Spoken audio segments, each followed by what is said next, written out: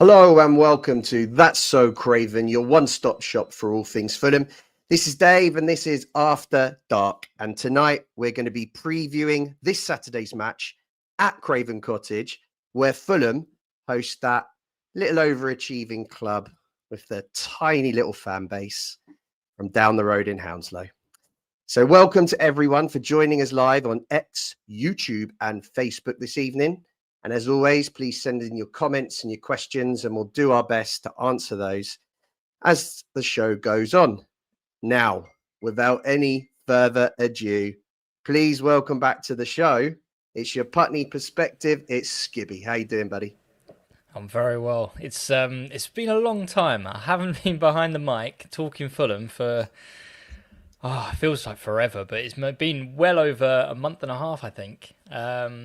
It's just been everything going. And unfortunately, in those situations, Fulham haven't come first in those situations. Not bad situations, but just, it's one of those things where it really kind of tests your love for Fulham. So, no, it's been a while. But yeah, I've been on holiday. That's basically been it. Yeah, off to New Zealand, other side of the world.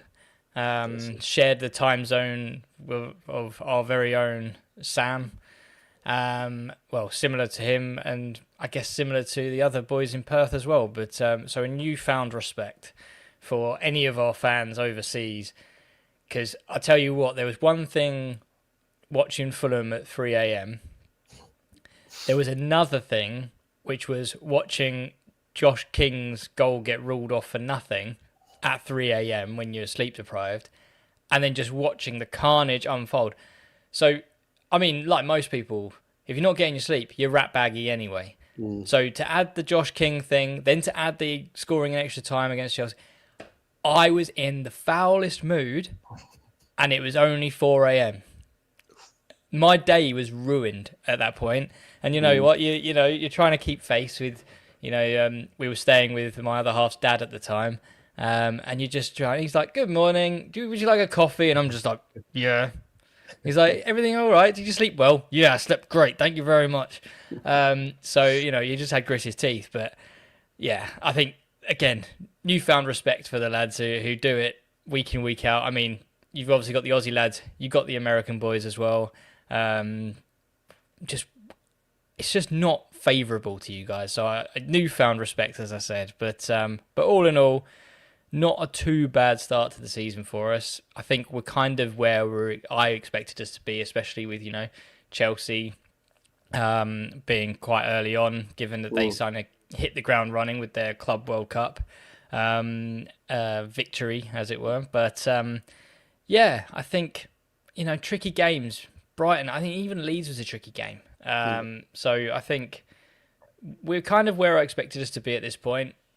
We've got some tough games coming up, but as long as we can keep our head afloat coming into that November, I think that's where it really starts to eke out. But yeah, solid start, and I'm looking forward to getting back to the Cottage for the first time. So, I mean, I went to the Frankfurt game where we tried out the Riverside. That was the last game I went to, so looking forward to getting back and watching a league game, actually in my normal seat in the Hammersmith end. But yeah, it's just been all go, and I've missed it. I've missed your face.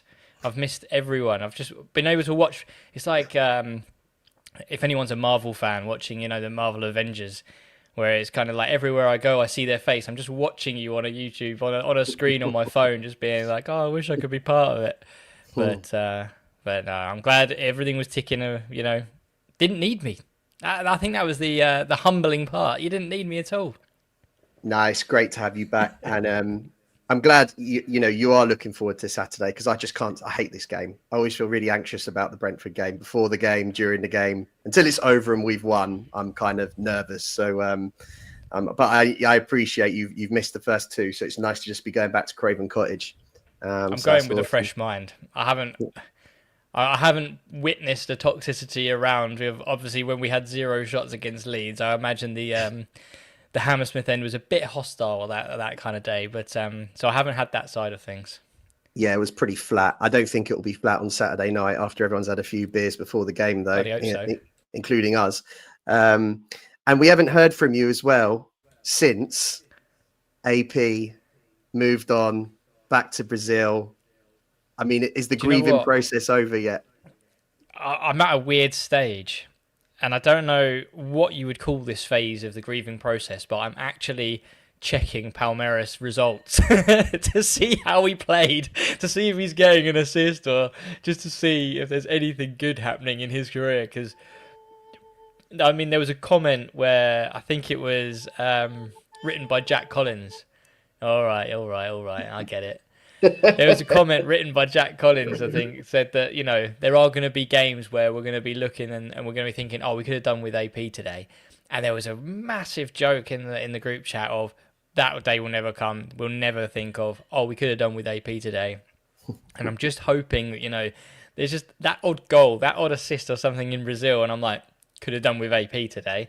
But I've been waiting that's for just it. the language. Yeah, that's just the language that me and Jack Collins understand. So I don't expect anyone. I don't expect you inferior to understand. We know ball, no one else does. Yeah, But yeah. I wish him all the best, and I'm a bit more annoyed that the fact that we sort of sold him so cheaply. Mm. If we were gonna can him, why didn't we take the 20 odd million when Marseille were sniffing around? But it is what it is. And good luck to him. Oh, Fred, give over. Denial stage. It is not the denial stage of grief. It's just one man wishing another all the best, Yeah. and fondly remembering the memories of West Ham away. Not the one where we lost, but the 2-0 win. I think it was 2-0. Oh God, yeah, Where he got yeah. Of both. Oh, course, what a day that was for me. the peak of AP's Fulham time, maybe. Skivvy, you touched on it. The games. You said we're roughly where you expected us to be. What about the transfers? We haven't heard your take on Oh transfer dear. deadline day. Did you catch much of it over there? I did indeed. I think I was actually flying out of Auckland to Singapore on that when that happened, and I was a bit of a curse was that they had free Wi-Fi on the flight. I would have just wished they didn't have Wi-Fi because I basically boarded the plane where I think we got a here we go for Kevin, and I think that was it. And Chukwueze was a strong link Shortly at the after. time. Yeah. And then I was getting my phone was just pinging because obviously the Discord was just going off. Yeah. So I was just and I wanted to sort of mute it, but at the same time I was like, I've got to know.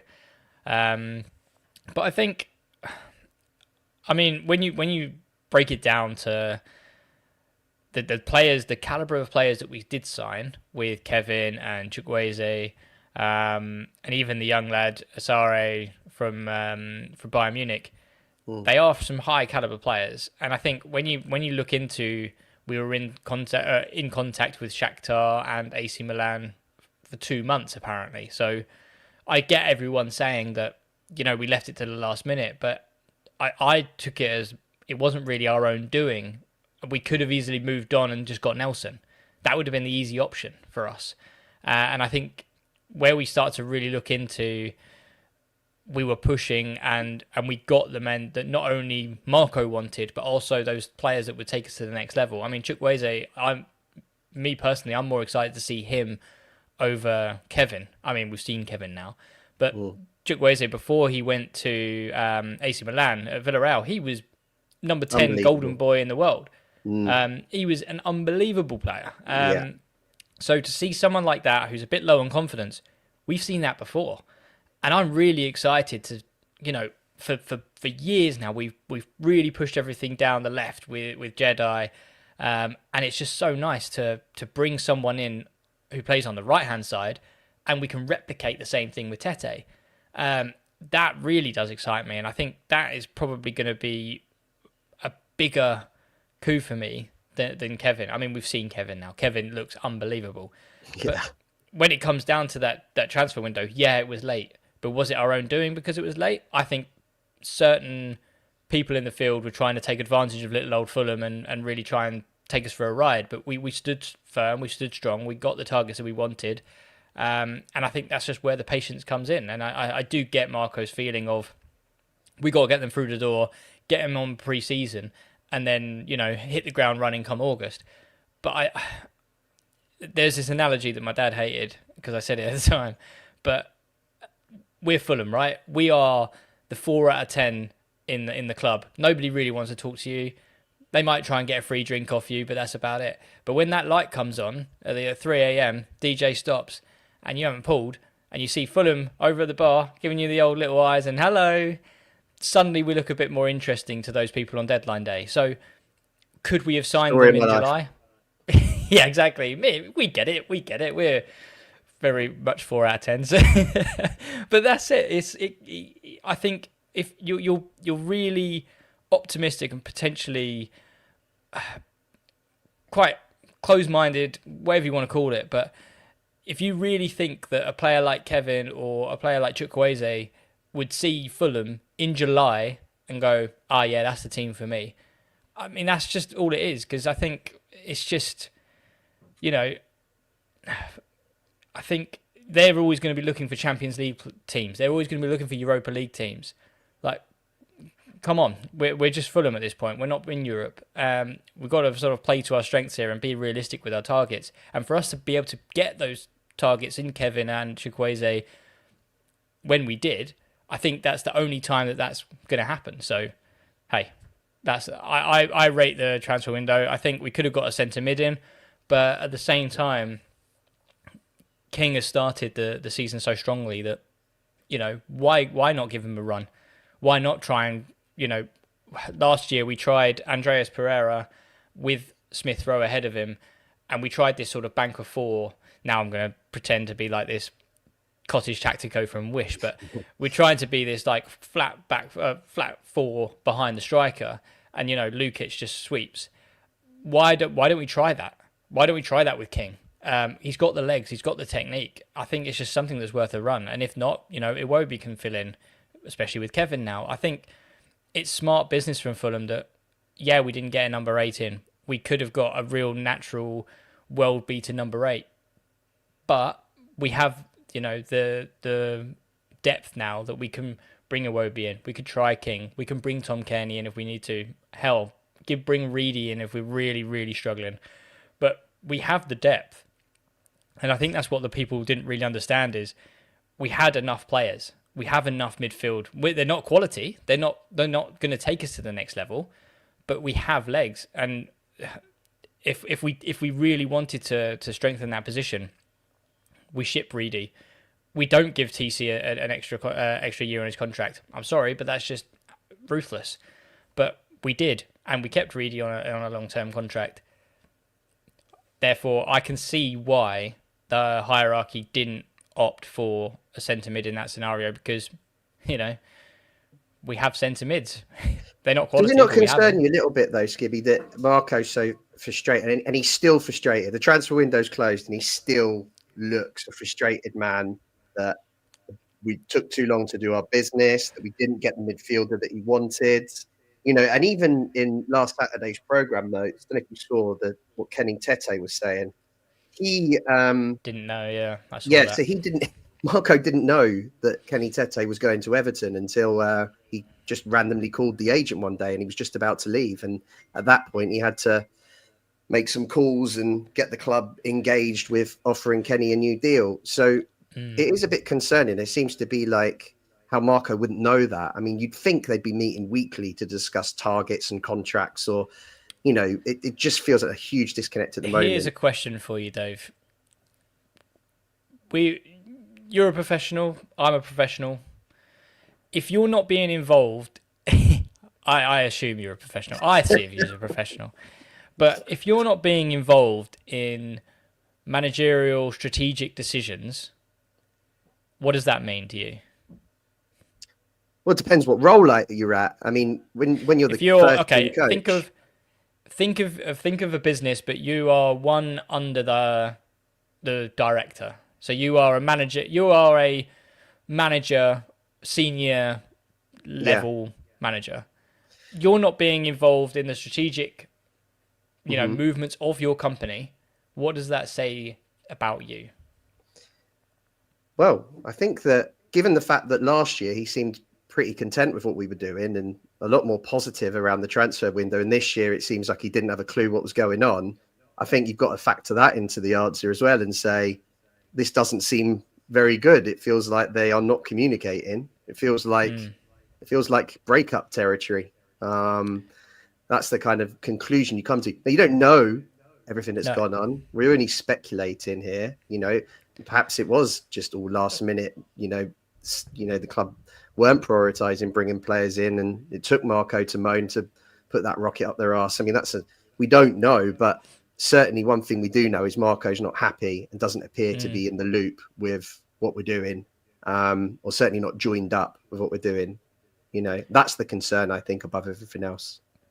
Well, for me, the way that I see it, if you're not being involved in those strategic decisions, it's because you've given a hint, and that I'm just purely speculating. This is exactly how I feel.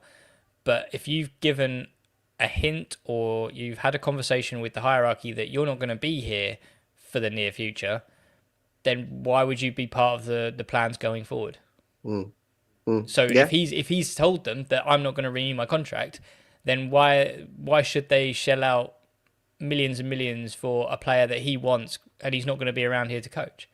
yeah, That's the only thing that I can see in this situation. So for him not to be involved in that process suggests to me that there's a division, a potential parting of ways. I think why would you bring in all these players, spend all this money building a team that the next coach probably won't want? And if we are getting a new coach in the summer, then it just doesn't make sense to me. So I see it from that perspective.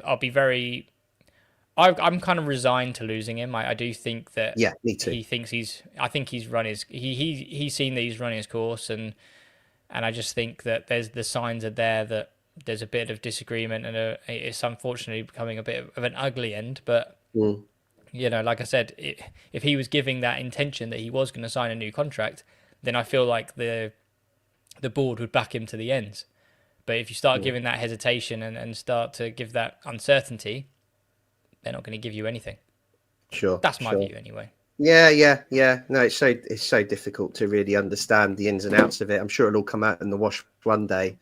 But I think at the point you made earlier, the time being is we've got the numbers in the squad. We might not have the quality in the middle that we need, but we've got enough players.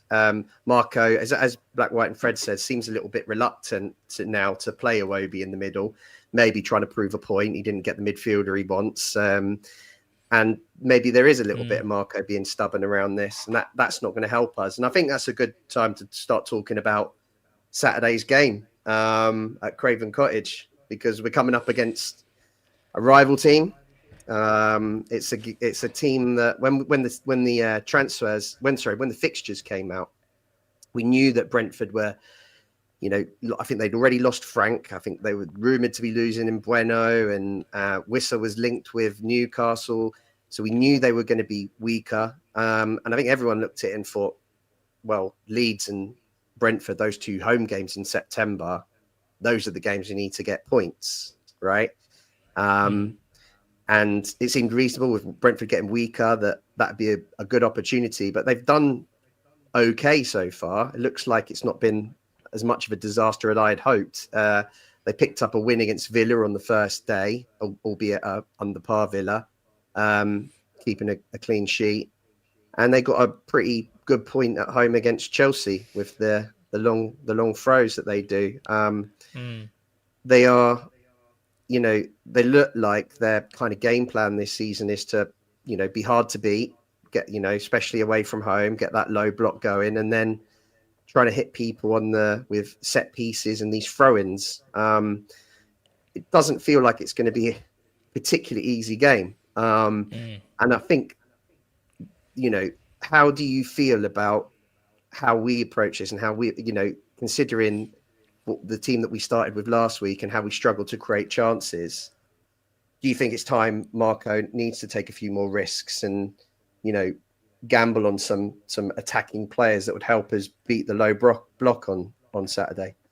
Yeah, I mean, I get the thought process behind Berger and Lukic, and I think we've always seen that Berger Lukic double pivot is always a great asset to have when you're probably not going to have a lot of the ball. They're just good ball winners, and they're both very technical to sort of get out of a tight situation and find the space in behind when, you know, we go for those counter attacks. But in a game such as Leeds, such as Brentford, I just feel like that's where we need to take more risks. We need to get rid of one of them, just because together they're just too negative.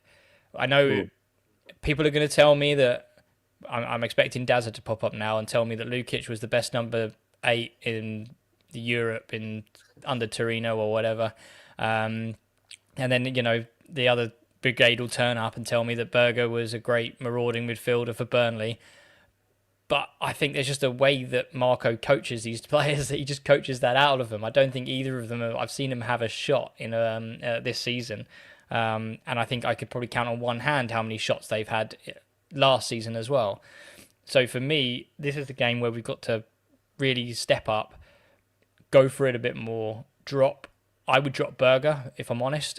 I would keep Lukic because I just think out of the two of them, Lukic is the nastier player. He can really rough him up. I just always remember the job he did on Maddison against Spurs, where he just absolutely kicked the stuffing out of him. And I just think that he's just a great sweeper to have in front of that midfield. And then we opt for King, and I think having King be the legs. He's not a big lad. We talked about this offline, and you know, he's not the biggest of players, and he's not going to be a tough tackler, but he has the technique to get out of tight spaces. He has great feet. He can carry the ball forward, and we saw that against Brighton in scenarios where you just watched him get the ball into his feet and turn on it and go.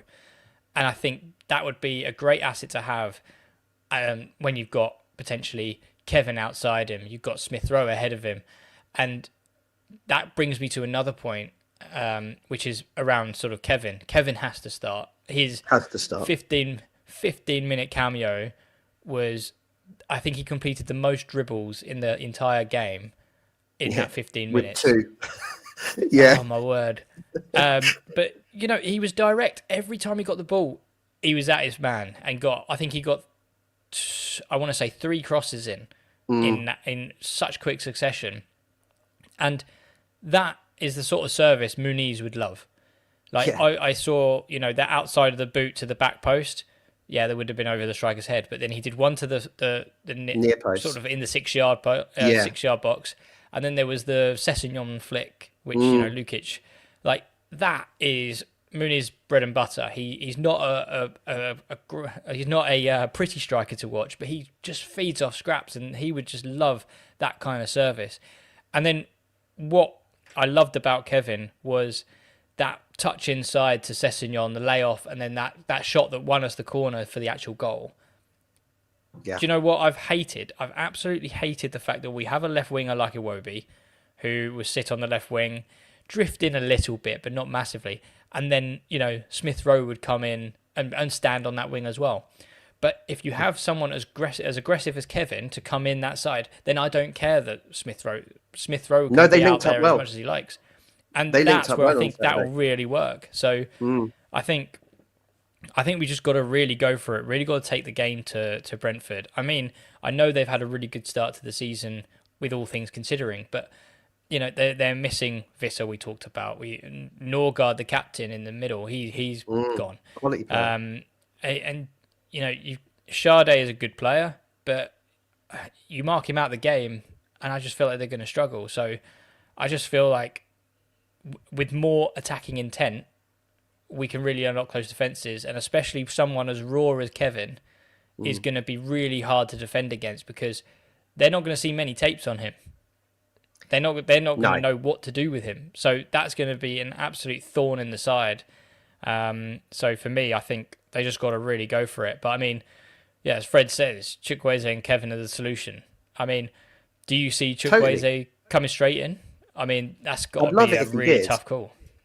I'd love it if he did, but he won't. You know, and this is the thing. I mean, first off, if you look at how Brentford are going to come, they're going to come. They've been playing 5 at the back, 3 midfielders who are all like kind of number 8s, really. Henderson, Jensen, and is it Yarmolenko? Yarmouk. He kind of came into the Yeah, team yeah, at the back end of last year. Physical, experienced players. Um, that might be the only kind of reason why I'd say maybe I would stick with Lukic and Berger, just because I wouldn't want to lose that midfield battle on Saturday. I definitely think last week against Leeds we should have one of them should have been rested for a more attacking option for sure. In this one, just because Brentford are going to be so you know solid in the middle, I think perhaps it wouldn't be the worst thing in the world to see Berger and Lukic, but I think if I didn't see some changes on the wings on the team sheet on Saturday, I'm going to be absolutely gutted. mm, Because last weekend, to start the game against Leeds, who were clearly going to be defending and making it difficult for us, to start with Wobie, who's just played 180 minutes for Nigeria, just before the game, and Wilson, who's been pretty ineffective, really, so far yep, this season, in my opinion, on the right. I know there's a lot of love for Wilson in the fan base, but if you actually look back over, I've just seen a message on X from Cottage Tactico.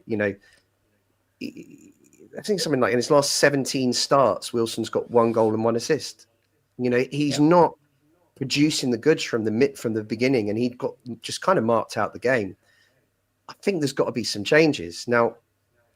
If that's Kevin, fantastic. I think he really must start, just to kind of give them something different to think about, break that low block, get those balls into the box of Muniz, as you've just said, who, bless him, has been working really hard, I think, and they're getting zero service.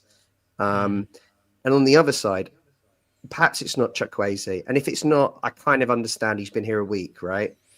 But I think it might have to give Adama a go, because, mm, just give him something else to think about. We can't just go into this game with, against a low block with Iwobi and Wilson in the form they're in. They've proved they're not really able to impact the game and create chances against teams like that. And we need to be better than that. And if Marco's, not prepared to take a risk on Saturday with Kevin and, and the likes, then I think it's going to be a problem for us. I think it could end up coming unstuck just for a bit of stubbornness. I think that'd be really frustrating, you know. mm. So Um, Iwobi gets dropped for you, does he? Look, I'm happy for Wade to play. I mean, he can perhaps do a job on the right. He can do a job in the middle, as we know. Mm, But I think Kevin has to start on the left. yeah, And I think that's the priority, really, of what's happening. I also think that Emil Smith-Rowe should come in for King, because he's earned it, in my opinion. King has not been bad by any means. He started the season really well, but found it difficult last week against Leeds when they were physical. And Smith Rowe just seems like he's got a bit about him this season. I think I want to see a bit more of it. Um, yeah, he's got a goal. He's getting in amongst it, and I think, as I say, he's done enough for me to start on Saturday. And we just need to try something different. We can't go into the game with what the tactics and the personnel that we did last week. Otherwise, I really fear that we might drop points in this game. mm, yeah. You know, Well, yeah. I think for me, it's Henderson in midfield. I think he is a quality player. I still think he's got the technique and to be able to read the game. But I just feel like if we just have youth around him to buzz around him, he won't be able to keep up with King. mm, I just don't think he would. I think the Lukic and Berger matchup just kind of plays into their hands a little bit. It's very static. It's very unimaginative. It's just boring for in my sort of eyes. But I think you're bang on the money with Smith Rowe. I think he's had a much needed reality check. He needed that reset to sort of say, yeah, you've come in as our sort of record transfer, and suddenly a year later, you're not our record transfer anymore, and you've been replaced. We're our 18-year-old product of the academy is now taking your spot. What are you going to do about it? And I think that is a really good reset that he needed. He needed to find that hunger again. He needed that kind of okay, I was a golden boy at Arsenal, and then it didn't quite work out. But I can go to Fulham, I can slot in, I can just waltz myself around and do whatever I want. But Sure. now suddenly you're not that man, you're not that absolute golden child which you probably once were when you first arrived. So I think that's really played into our hands as well, and that's credit to Marco to handle that. But I also think credit to King because he's really deserved it, and I actually don't think. I think he had a bit of a quieter game against Leeds, but he really has started the season well. Unlucky not to have the goal, but still got the goal of the month, which I'm always going to mention. Which, oh, Yeah. by the way, we have the chance to do the most hilarious thing. How funny would it Yeah. be if our goal of the month for August is obviously Josh King's no goal, and then the goal of the month for September is the own goal against Leeds? That That's got to be done. do you know what? Do whatever you want with your votes, but I know what I'm doing. So It's got to be done, isn't it? It was a great finish as well, to be fair.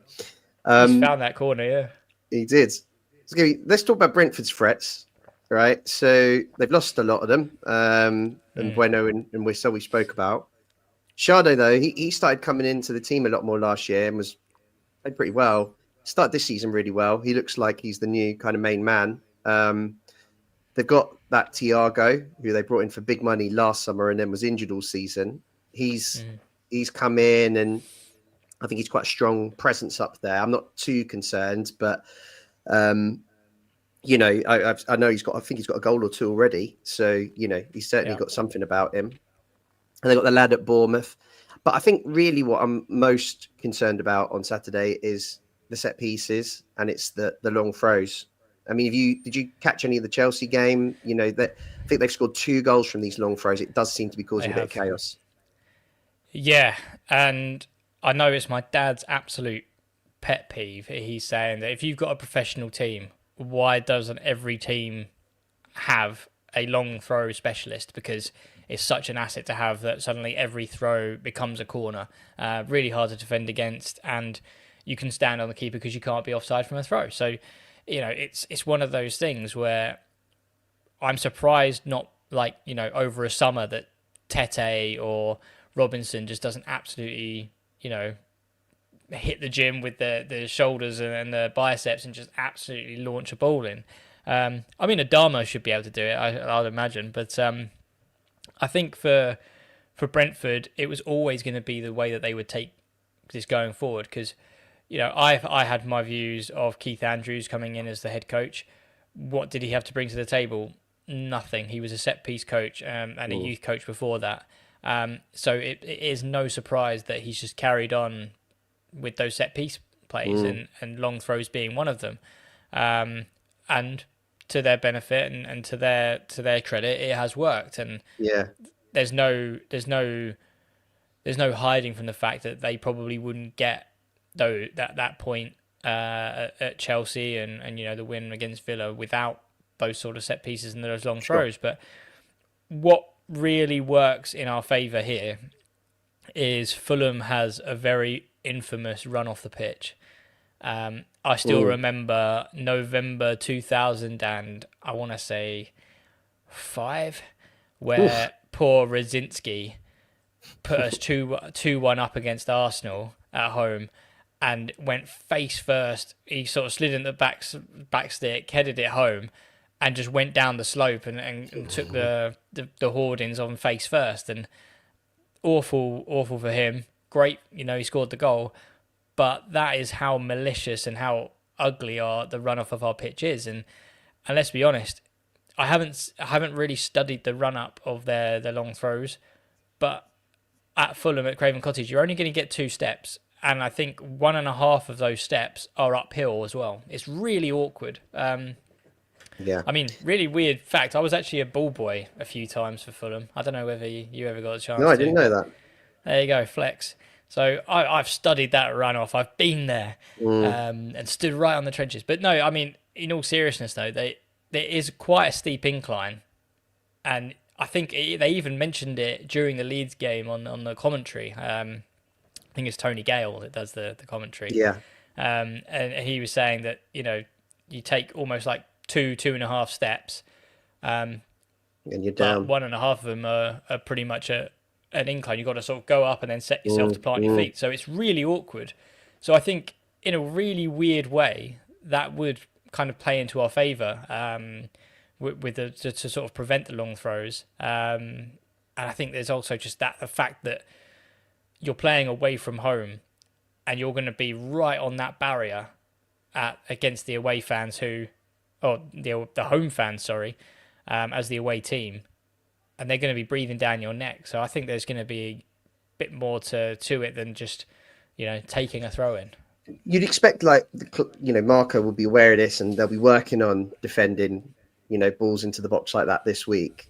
And this is where, again, if we can have some pace on those wings, that means that if they do throw up a centre back or commit too many people forward for these throws, we can hit them on the counter. That would play into our hands if we've got the right players on the pitch. So I'm hoping perhaps we can use it as an opportunity, but we certainly need to defend well and keep switched on, which to most of the time this season I think we have. 3 of the goals we conceded have been penalties. One's been a corner that we didn't defend well at all in the the 53rd minute at Stamford Bridge. But generally, we've defended quite well. You'd think, a club, if we've been working on this all week, we should be able to figure out a solution to this, wouldn't you? I mean, you say that, but our marking has been absolutely awful for years. I say years, probably last season especially. This zonal marking just doesn't favour us in the slightest. But I mean, it's no secret that really weird, and you might be able to fill in the blank here, but I'm pretty sure just after Chelsea, we actually signed up a set piece coach. Yeah, Marco said it wasn't a set piece coach, but very It was. odd. But I imagine it is, whether he likes him or not. But so I think hopefully we should see a bit more organisation from a set piece to actually defend it. I mean, given the assets, I mean, Bassi is pretty strong, Anderson's pretty strong, but there's probably an argument here you'd make for Diop, because he is just one of those players which is just an amazing to just chuck it in and he'll head it back. What would you say, put him in instead of Anderson? Would I say put him instead of Anderson? I mean, part of me is sort of saying you could potentially do a back five. Oh. Go 3 at the back, but not in a negative way. It's really hard to explain. But if you think about,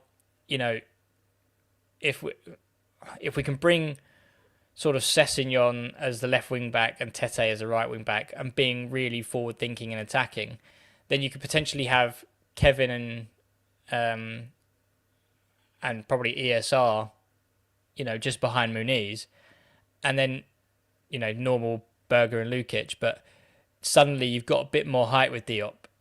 I mean, it's probably, I know everyone's going to be screaming that it's a horrible take, but in my head, that's probably how you would probably counter the I wouldn't rule that out. The amount of balls, the balls in the box. No, Diop is what, 6'4", 6'5"? Yeah. He's a big lad. So if you had Lukic, Berger, Diop, Bassi, and Anderson, I think we'd be more of a threat from the set pieces than Brentford would be. But it is negative. I get that. But if you start putting in Smith Rowe, King, even Kevin, they're just going to be too lightweight, too small to sort of really deal with a ball flung in the box like that. But so, I mean, that would be something. But I think at the same time, you just got to be looking at taking that. I think there was something that TC said about his bad habits in his interview, which was him and Johansson wouldn't track all the way back because they'll just gamble on, they won't score, but we can catch them out here. And that's something which you probably would take from Brentford, which is they're going to sling everything into that box. You just got to hope that Anderson, Bassi, or Leno get something on it, and you can get the people and get on the way and take them out. But yeah. it's I was thinking exactly the same. White, and Fred has just said that in the comments that it's possibly not out of the question that Marco would bring in Diop to mitigate the long throws. He did try and match Man United up with the five at the back in August, and I don't think it's crazy to suggest that that's a formation he might consider for this game, just to match Brentford up, put an extra big man in there to help us keep solid. But I don't personally think that's the right move. I think we've got enough in our defence, and if we're playing Berger and Lukic as well, I think we've got a solid enough spine that we can afford at home to go after them with a few more attacking players on the pitch. That's what I want to see on Saturday. That was my next question, Skivvy. 8:00 on a Saturday for a derby. I mean, it's just that seems nuts, doesn't it? I mean, the atmosphere surely is going to be absolutely electric. You'd bloody hope so. Anxious, I'd be excited. Yeah, I mean, yeah. If I didn't have the dogs to look after, I'd be in the pub from 12 probably. But it's gonna be people are gonna be boozy. It's gonna be hyped. I just really hope that sometimes that can be a bit of a negative, just because expectations can be through the roof. There are expectations because Brentford are seen as the local rivals. They are seen as, much weaker than they were last season. Therefore, I think there are going to be certain expectations. I know I have expectations of what to see from Fulham. And also, it'll be interesting to see what Fulham turns up, because we've got some real quality in this team now. And I think, if we can't get up for this game as fans at 8 p.m. on a Saturday, I think just call it a day, if I'm honest. Do you know what I mean? Yeah. It's just, if you can't get up for this game, especially, and it's going to feel, we're all going to feel nostalgic, right? Craven Cottage, under the lights, Brentford. Yeah. Just channel that feeling of when Wilson scored that second goal, because that was just phenomenal. Phenomenal feeling. But I'm still not a fan of 8 p.m. on a fucking Saturday, though. I don't know about anyone else, but I'm going to be getting home at like 1. Oh, me too. Yeah. It was going to be a lot ridiculous. of fans, I think, will be getting home. Got to run for the last train. It's going to be always a pain in the ass. If we've won, you won't care, Yeah, that's true. I'll be skipping to the station rather than running. Or, we could just beat the traffic. Well, get the second to last train. Yeah. I know. If it all goes tits up.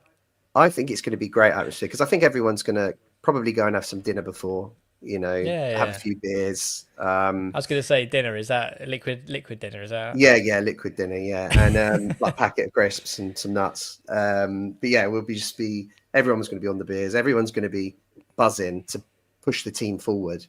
And I think that's infectious. I think the players will react to that. As I said at the start, just hoping there's some changes in personnel, some just tweaks tactically, so that we're able to kind of create some chances and give Mooney's, more than one chance a game, one half chance a game to get on the score sheet. That'd be fantastic. So there's no way that Keith Andrews out tactics like Marco, though. He's not that guy. No, you know what they're going to do already. You know what they're going to do already. I think everyone knows. Yeah, it's so predictable. No. Actually, on that note, give us a prediction, Skibby. What do you reckon for this one? Ooh. I think it's going to be... Do you know what? I would love Brentford to become the QPR. And do you remember when QPR always sort of started to fall from grace a little bit, and then we just started scoring and passing for fun? So I think I'm going to go for a 3. I'm going to go for a 3-1 Fulham. I think it would just be, they may get one of those kind of dodgy goals from a throw in, but I just think we've got enough about us that we can hurt a team like that. Okay, interesting. I mean, I think having just been to Craven Cottage to watch Fulham versus Leeds and seeing just how difficult we found it to create chances, and just how stubborn I think Marco might be on Saturday with the lineup. I'm a bit nervous. I have a bad feeling that it might be a draw, a 1-1 draw, which would be, it would feel a bit like a loss. Obviously, if you equalise late in the draw, it feels like a win. But I think it would just be a missed opportunity on Saturday, and I just pray that I'm wrong. I pray that there is a bit more in the team that gives us, a boost pre-kickoff. I mean, how good would it be to see Kevin and Chukwueze thrown in from the start for this one? It would. Jedi back, all three of those guys in. You just feel really confident that Fulham were going for it. I'd love to see that. I'm just nervous that Marco's a bit more stubborn and a bit more, conservative than that now. That's why I'm probably think it's most likely outcome's a draw. But God, I hope I'm wrong. I mean, just on that quickly though, like you talk about you'd love to see Chukwueze, but so obviously Chukwueze hasn't been in the matchday squad yet. No, but our matchday squads are at capacity. So from what I see, Cuenca missed out, Reedy missed out. Yeah, Cuenca missing out was strange, wasn't it? Well, Diop was put in instead, I guess. Yeah. So obviously we had a full bench. So taking into consideration of Cuenca and Reedy missing out, you still need to kind of bring Chukwueze in. Who would you remove from the bench to make space, I guess? To make space, yeah. So, Reed was on the bench, wasn't he, last week? So was he not? Against Leeds, we had Kearney, Castagna, Diop, Jimenez, Kevin, Lecomte, Robinson, Smith Rowe, and Traore. Yeah. Okay. Well, Traore, So Traore would have to miss out. He'd have to miss out. Yeah, I think so. He actually did okay when he came on Saturday. He put himself about a bit more than Wilson, but generally he's been a little bit of a disappointing start to his season. So I'd much rather we went and gambled on Chukwueze, a bit of an unknown. It's not going to happen. I think he will be on the bench, by the way. I just don't think he'll be in the starting lineup. But I think it might be Traore might be the man to miss out, unless there's an injury you don't know about. Alex Iwobi put up something about a cut on his leg on his Snapchat today, but I believe that wouldn't stop bleeding. Now it looked like only a cut, but you never know. Yeah, there could be. I'm sure he'll pick up worse things. But I mean, again, I'm not too far worried about injuries to Iwobi now. Yeah. Kevin's in the fold, so I mean that's a good place to be. But interesting. But we'll see. We'll see. Should we do some questions that have come up in the Discord this afternoon? Let's do some questions. Awesome. So the first one was from SCS. This is a great question, I think. It says, I was listening to Roy Hodgson describe England teams as unable to get over the adverse moments that happen within a game and then get back to playing their best. Thinking about Chelsea game recently, as well as other games, from the past, I guess. Do you think this is something that Fulham suffer from? Yes. Yeah. And we've talked about it, I think, in the past, but I think it comes down to the way that Marco handles himself on the touchline. I think him and his staff are so passionate that it very much talks about the whole world being against him. You channel that feeling, and I do feel like I'm trying to think of the game, and I feel like it was Palace when was it the FA Cup game where Wharton should have been sent off for the foul or the stamp on Muniz. Yeah, and you get that kind of feeling that Marco was aggrieved. The players were aggrieved, and as fans, we were really fired up. And I think it was channeled or probably escalated by just the manner of the atmosphere being electric that day. But as soon as that went against us, we were fuming, and I think your head's gone. And I think it's really easy for me to say as a non-football manager and someone who's not really up amongst it in the dugout. But it's like, keep your composure, it will come. But you're going to lose your head. And I think when emotions are so high, when the the rewards are so high as well that you want to win that badly that you're going to start feeling that things are going against you. It's going to take a toll on you, and I think there is that element of we are masters of our own downfall when it comes to Marco not being able to sort of control himself and Mm, just being that real kind of like Latin fire when it comes to anything going against us. So yeah, absolutely, and I think we'll be right to feel aggrieved against Chelsea, and I do think that it hindered us, especially yeah. going in at half time, 1-0 down from Mhm. because VAR took so fucking long to make a Yeah. decision. Um, you're just going to be sitting in that. You're going to be sitting in that changing room, just thinking, "Oh, fucking this done now," kicking a few water bottles, and it's just going to take its toll. That's where Marco's job is, I suppose, to, should be Pick to them kind of, up.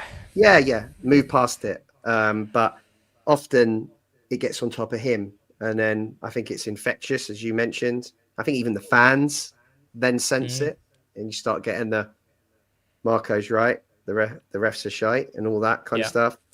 That whole mentality, I don't think it does us any favors at all. That whole victim mentality. I'd rather Mm, we just, you know, I think it would be better if Marco was able to just kind of, right, it's gone. Now it's time to, it's business time. But no, it's just his character. It's one yeah. of his, I suppose, less positive traits. But I feel like Yeah. we've been slating Marco the whole episode, but he does have positive traits too. We do love him. We're just being a little bit critical. Um, Next question was from Fulham Fan News, and he said, "Will we see Samuel Chukwueze come on? And if yes, what minute?" Depends how the game's going. But Yeah, I it do does. think he'll be on the bench personally. And I do think that Marco will want to get minutes in the legs. I think he will come on in because Marco's not great at changing it early. I think you'll Mm. probably see about 77 Yeah, I was going to say 75. That's just kind of the time where Kevin came on, when wasn't Kevin it? came on, yeah. Yeah, I just think he'll follow suit, bring him on about But I'd that love him to time. start. Oh, Just yeah. if he Wild card. started, That's it. yeah, exactly. How do you defend against something you don't know? Exactly. I'd be thrilled if his name was on the team sheet, but I know it won't be. It won't be. And then the last question, it's a good one, considering the occasion, from Jungle Whites. And he said, "Is it too early in the season for standing all game to get the atmosphere going?" And he said he's going to start it off in H3. So, there's Um, been games, right? The cup games and that we've had, the yeah. big cup games at I mean, home, the where the Palace one whole was one. atmosphere then stood. Yeah. Given that, the crowd will be quite alcohol fueled, I suspect. I think that's a possibility on Saturday. I just don't see it. I just Yeah. think about the people around me in H6. Yeah. They don't stand. I mean, the cup games. I think they get a chance to go sit with their mates in a quieter stand, so therefore the hammy end opens up a little bit. But I don't recall the old boys being around me for those games. But look, I think it will be a fiery atmosphere. I think it will be louder than normal. I just don't think it will be an all standing occasion because I just think they're reserved for cup games personally. Yeah. Yeah. Fair enough. Fair enough. Well, yeah. Thanks for all of those questions. If you want to give us a question for the pod, either after dark or our post game review show, just jump into the Discord. There's a link on the X post that we put out earlier today, and there's a podcast question section. That's where you can stick your questions in there, and we'll get to them during the pods. So thanks again. Okay, so I think that's probably a good time to close the show. Thanks to everyone who's joined us live and put your questions in the comments on YouTube. Yeah, let's just hope we can continue this little positive run we've created against these bus stop wankers and get a third victory in a row. It will be a third victory in a row, won't it? Yeah. So yeah, let's Yes. just look forward to that. Set ourselves on a path to Europe, set them on a path back to League One where they belong. And Skibby, and obviously we've got no Townsend to close us out tonight. Do you want to do the We have honours? not. Absolutely. So, yeah, looking forward. Do you know what? Regardless of the result, I'm just looking forward to being back at the normal pub, back in my normal seat, back seeing some normal faces, and watching it I say watching it at a normal time. 8 p.m. on a Saturday is not a normal time, but I will be watching it at a normal-ish time rather than 3 a.m. So looking forward to it. Come on, you whites! You what? You whites!